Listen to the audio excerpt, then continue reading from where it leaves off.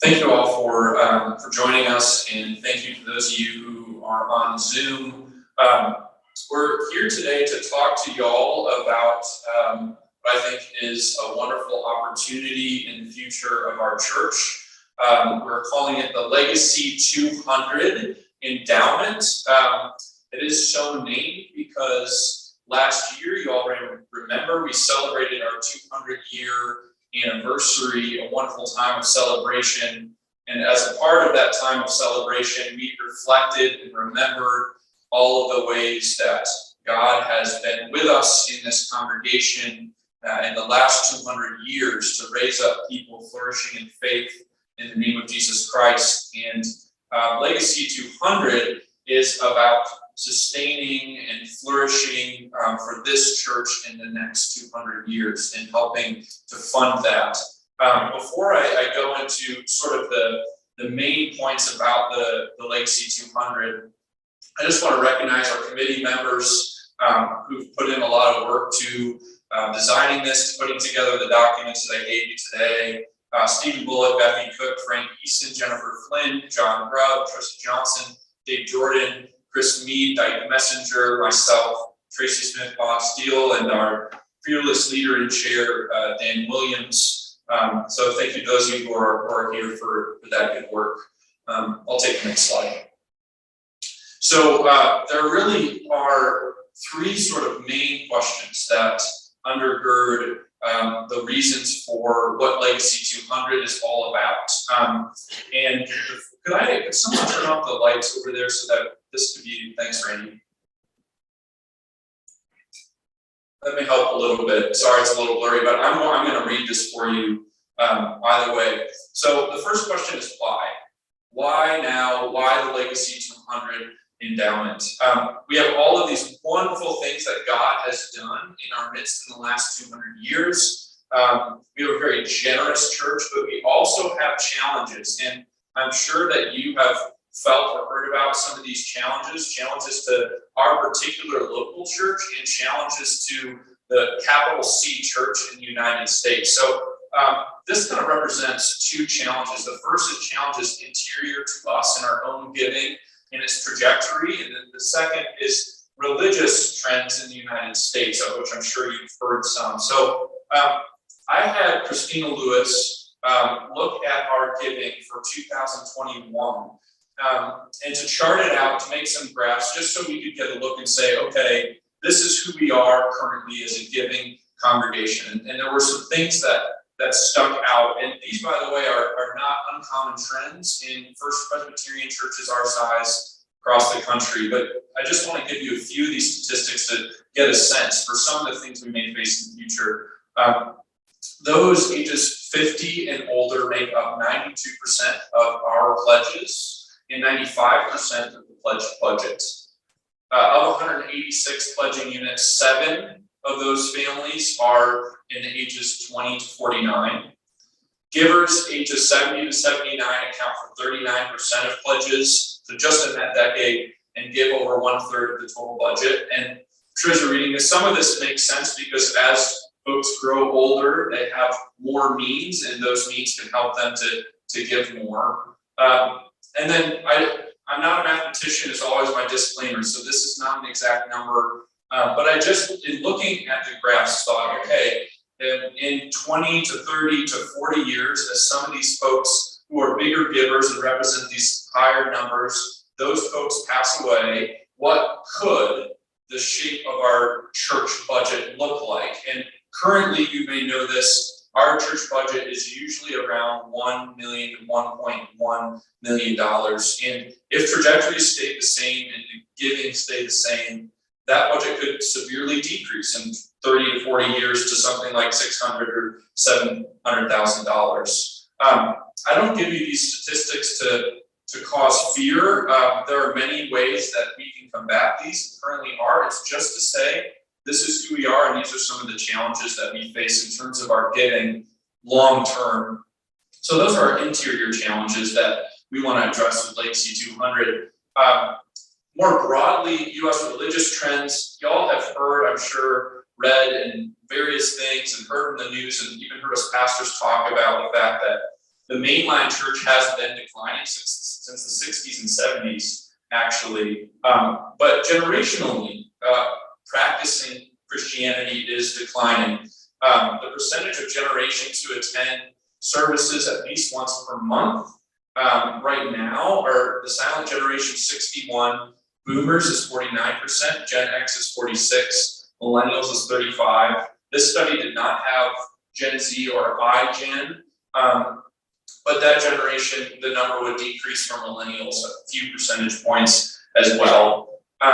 It's easy to look at this though and say, well, gosh, those millennials like Josh just aren't religious enough. But it's actually the case that within each generation, religiosity is decreasing as well. So it is not just that as you go down, people practice Christianity less and less. It's also that of the silent generation, less people are practicing Christianity than they were 10 years ago. Same for boomers, same for Gen X, and same for millennials. Sociologists think that these numbers will continue to go down, but we don't have a crystal ball and we don't know. Again, we're in the business of proclaiming the death and resurrection of Jesus and sharing that life with others and hoping that these numbers increase, but it's just a reality we need to recognize. Over here, says this study said that in 2009, 77% of U.S. adults identified as Christians, and this was not just cultural Christianity, like, well, yeah, I go, on Easter. This is people who consider themselves practicing Christians involved in a faith community. It's a regular part of their life. And in 2019, 65% of U.S. adults identified as Christians. It would have been interesting to do a survey not just on adults, but on young people, because it is true that Lucy and Robert's generation, the teens you're going to hear from about Teens with a Mission, that iGen, their generation is less religious at their age than were each of these generations as well. So these are the challenges of prevailing secularity that we face. The Lilly Endowment, which is an endowment that funds religious projects all across the United States. Lilly is very generous and has over $1 billion in funds. The chair of their religion division happens to be Laura's old youth pastor. And in a conversation with him several months ago, we asked him, you have a good sense of what Christianity really feels like and looks like in the United States because of your role. What are you seeing? And he said, well, what I'm seeing is that churches need to get in the business of having alternate funding sources for their budget and mission in the years to come as a way to help churches continue to thrive in the age that we're in. So that's the why. Let's do next slide. What will the endowment fund? Our group spent a lot of time talking about what the endowment will fund. We wanted it to make it pretty simple. The endowment will fund our operating expenses, so things in the general budget, as well as missions. We did not want to give percentages to these. We talked about, should we give 50%? Let's say the endowment has $5 million and you draw 5% on that 5% a year. Would we give half to operating expenses and half to missions? We said, no, we need to entrust the future session, future elders of the church and leadership with these funds to best discern where these funds should be spent. And we don't know, just like 30 years ago, this church would not have known the needs that this church will have today. And we will not know the needs that the church will have in 30 years. What we do know is we want to find ways to help the church to continue to fund its ministries. So operating expenses and mission, use just some pictures of the various things that we are already funding. Church retreats, Christmas parties and gathering, First Kids gathering, youth mission trips. All things, as you'll hear from Lucy and Robert, really important moments in people's lives that this church funds, and I think we'd all agree we want to continue to fund in the next 200 years. I'll take the next slide. So I've kind of given you the why and the what. This is the most kind of personal slide. This is a question for you to consider. why should I give to the endowments? I think there are many reasons for that, of which I've already spoke. But the verse that kept popping up for us is the kingdom of God is like a mustard seed that was planted in a field. And if you've heard me ever talk about mustard seeds, they are the smallest of all little seeds. If you hold one mustard seed in your hand, you can barely even see it. And this verse goes on to say that once those seeds are planted, that they become the biggest of all trees. And actually, if you were to see them planted on the shores of the Jordan River in Israel, they're almost like bamboo. It's like once you plant them, they just get absolutely everywhere. And they grow into these big trees on which the birds of the air can perch and find comfort, and they provide shade from the hot sun. I think this is an image spiritually for what the endowment, what Legacy 200 is trying to do. The small seeds that we plant, that God uses in waters for a future of a church that's deeply rooted and branching out. And one of the beauties of it is, giving to an endowment means that once you die, those funds go to the church, and it means that you are sustaining a church and its ministries beyond your life. You are participating in generosity beyond your life. A really significant spiritual reality. And in the book of Hebrews, we're told that the cloud of witnesses surrounds us as we continue to run the race of faith that God has given. And there are many ways that we can leave an imprint upon the future generations of this church. But my hope is that for the next 200 years, the same reasons that bring you back to church, the same things that have brought you life, the things that have brought the young people that I spend time with life will continue on and on and on, so that when they're your age, they can say, First Presbyterian lifted me up and supported me in my time of need, in my time of faith.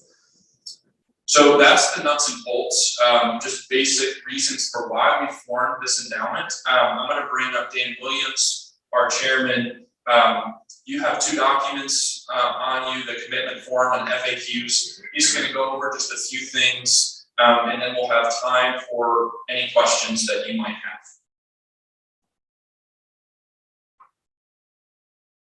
Thank you, Josh. As Josh said, we just recently celebrated our 200th anniversary, and the Legacy 200 idea and the endowment is for our generation to ensure that the health and financial viability of this church continues for the next 200 years. You have some FAQs, some frequently asked questions. I just want to highlight a couple of those, and then we'll answer questions at the end. How will the money be used? Josh covered that to supplement our operations and the ministries of our church. How will the money be invested? Currently, we've already gotten committed about $1.5 million just from a handful of people, committee members, and a few other people that have heard this presentation. An endowment will not grow, obviously, until if we participate, hopefully we'll be around a long time. But the fact is, this endowment won't have any real assets for some time to come. Once we do receive those assets, we anticipate that the Foundation for the Carolinas will be our manager of this endowment, like they do manage other funds here at First Pres. The structure, once the endowment reaches a point where it needs to be managed, the structure is that there will be 7 members of this church that will make up the endowment committee to determine how the money is to be spent. There will be 2 members from property, 2 members from finance, 2 members representing mission, and the 7th member will be the president of the First Presbyterian Church Corporation. Those will be the managing members of this endowment.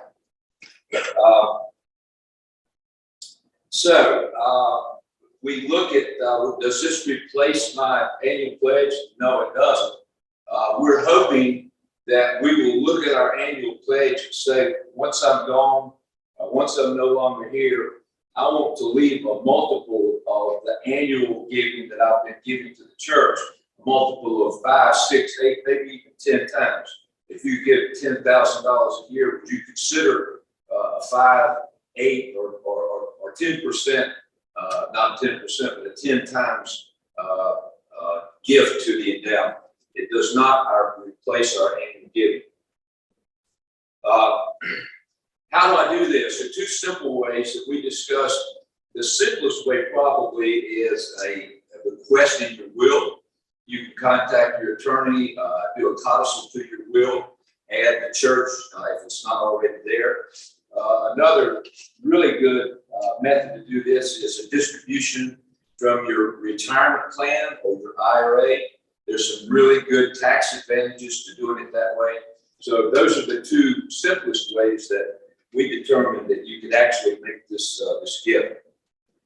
We would encourage you to contact your attorney and or your CPA or your financial planner to discuss what makes sense for your particular your gift. How do I let the church know that I've done this? There's a letter there. It's a commitment letter. Once you decide, if you discuss this, prayerfully consider, talk to your spouse, and once you decide what you want to do, you can fill out the commitment letter and send it in. It goes to our business manager, Christina Lewis.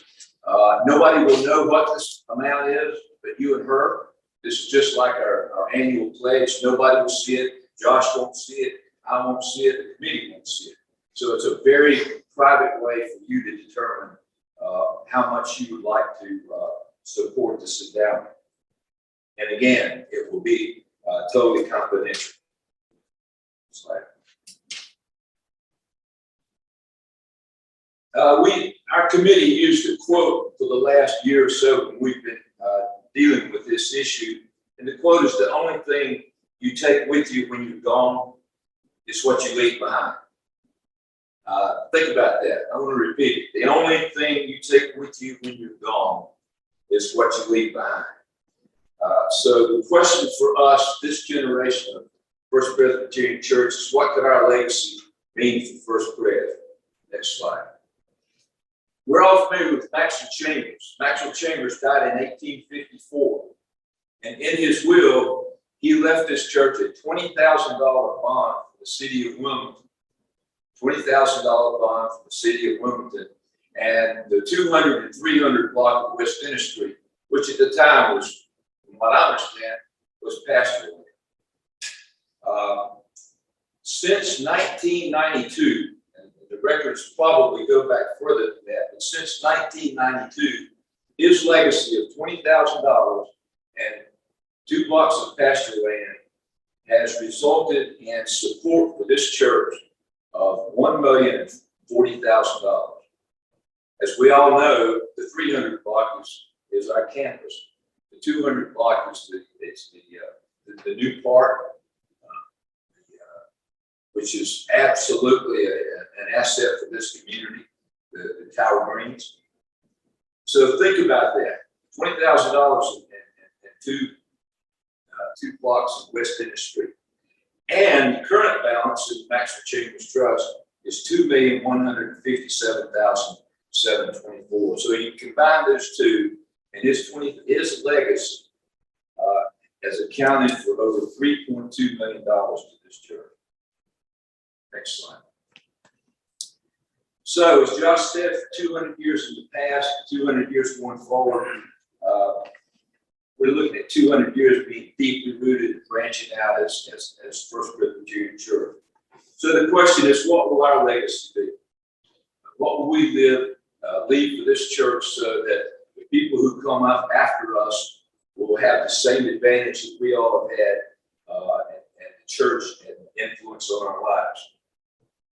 The Everyman's Bible class has been an integral cog in this church for many years. Bob Lewis used to say, he used to call us a little church. We have a great opportunity here to once again serve as an example and to leave our legacies for the future members of our fraternity. So at that, I'll pause and see if you have any questions. We'd be happy to answer them. again, the frequently asked questions, look it over. If you have any questions after, I'll be around. Dyke? Yeah, this is, you can take this if you want, Dan, but probably Josh, what the stat that's the most startling to me is, I think I'm right, there's only 7 pledging units, age group 20 to 49, right? Now, In 2021, that was the case. there's no indication there's been some. That number has increased in this last year. I can't remember what it is. It's increased, but it's just to show the difference in giving generation. Okay, because if you, well, then sort of a ancillary to that, are there fewer members of the church in that category? So percentage wise, that must be lower as far as. Yes, there are. Average age of a PCUSA member nationally is, Randy can tell me if I'm wrong, but I think it's in the mid to late 50s. And that would be true for Methodism, that would be true for Lutheranism. So that in part, the difference there between giving in 20s, 30s, and 40s and the 50s, 60s, and 70s is representative of the larger religious trends of declining religiosity. But I think there are ways to continue. One of the ways to combat that is Legacy 200. Another way is to continue inviting young families into our church with our First Kids program, which has been flourishing in the last year, and continue reminding folks that even when you're young, you got to start giving then, because otherwise, if you don't when you're 50 and you have more money, you probably won't give.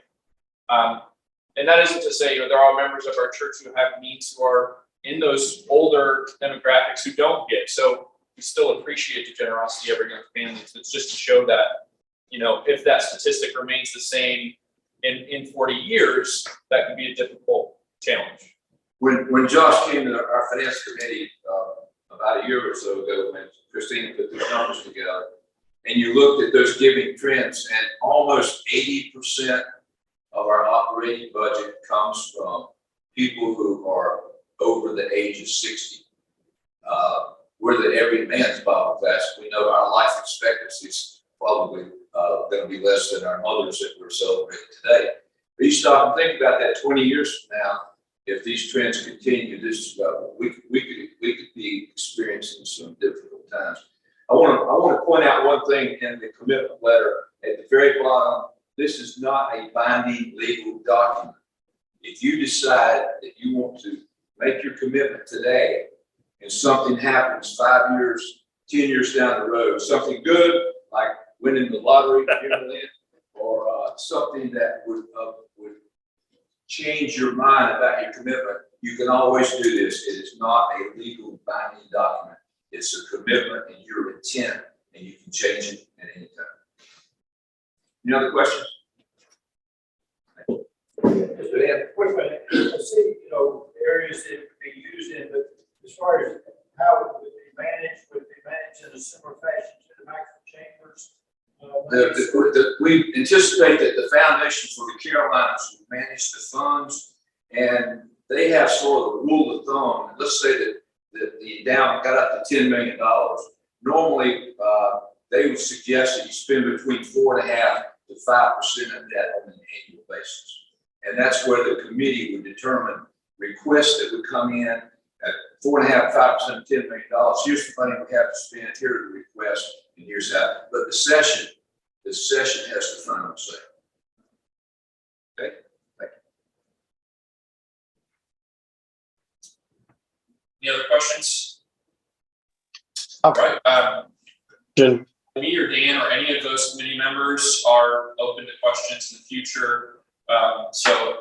Thank you for your time.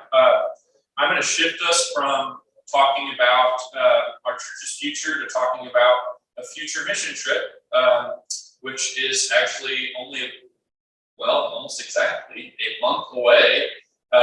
We're taking a group of about 30 of us to San Antonio del Mar, Mexico, June 17 to 23. if on June 16 you could arise at 4 in the morning and collectively pray that our flights wouldn't get canceled, that would be lovely, because last year I was in by American Airlines desk trying to find a way for 40 people to make it to Mexico. It was an interesting exercise in flexibility, but we made it. But you all have seen the TWAM Sundays, Youth Sundays, and our senior sermons. Without a doubt, most often one of the God moments that our young people raise and talk about is the experience that they've had on the TWAM trip. I had lunch with 2 young adults, two men in their 20s that were raised in this church in the last 2 weeks, and both of them, without me in any way nodding toward it, mentioned the TWAM mission trip and how significant it was, and how it still made them feel connected to the church, and particularly to First Pres, even though they're living in Charlotte and Raleigh and all that. So this trip really matters, but you don't need to hear it from me. The best way for you to hear about what this trip does is to hear from our young people. So Robert Coleman and Lucy Highland are here. Y'all come on up. They both went on the trip last year. They're both coming on the trip this year. And I've asked each of them just to share a distinct memory from the trip and a little bit about why this trip has been impactful to them. So Robert, you want to start? Yeah. Mark? Well, first of all, the food was amazing. There's no way. So I'm always looking forward to food. You know, some authentic Mexican. But what really stood out was that first wall that we put up on the building site. It was we spent a few hours building the wall itself, and then we got everyone on the site to come over and hoist it up, and then we planted it down. And it was just rinse and repeat from that with the rest of the walls. But that was like the best moment, just putting it up. Like, we're actually building the house. It's here. It's coming along. We're almost done, right? Part of the way down with that first wall. That's really what I remember. It sticks in my mind throughout my days. I'm looking forward to going and just seeing the families and seeing the impact we can give them, because a lot of people down there are living in like shacks smaller than like some of these closets over here, and it's just sad to see. But when they have a house, kids are more than likely to finish school. And that's just an amazing thought to think of. You know, these kids are gonna, instead of worrying about food or where they're gonna sleep tonight, they have a place to sleep and they can focus on school and bettering their lives for more generations to come. So I'm just excited for these families to like receive these homes and whatnot.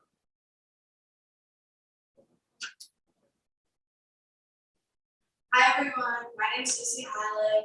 I just want to thank you guys so much for your help in getting us to Mexico this year, because last year when I went, it was like the best moment of my whole entire life. And I know everybody says that, but it really is true. One moment that really sticks with me is we've been working really hard for 3 days building a house, and I'm not much of a house builder, but I had a really good time. But over those 3 days, you're not only building a house, but you're making relationships and connections with the family you're building it for, but also with like your youth leaders that you don't spend that much time with normally, and the other youth because you're with them for a week. And on that third day, you all get in a circle and you thank the family for like letting you build them a house. You give them good wishes. You're like, God bless. You pass around the key, and then you give the key to the family. And you get to watch how excited they are to go in the house. And we all go in the house and pray for them, and they tell a little bit about their life and why this means so much to them. And that moment like sticks with me all the time. Just hearing the family talk about how excited they are to finally just have a place to sleep was just really eye-opening, because I have a place to sleep every night and I can't imagine what they're going through. And one moment that I'm really excited for is just to go back, build another house, and build more relationships with the Mexican community and our youth group. So I just want to thank you guys so much for helping us out. It really means so much to us.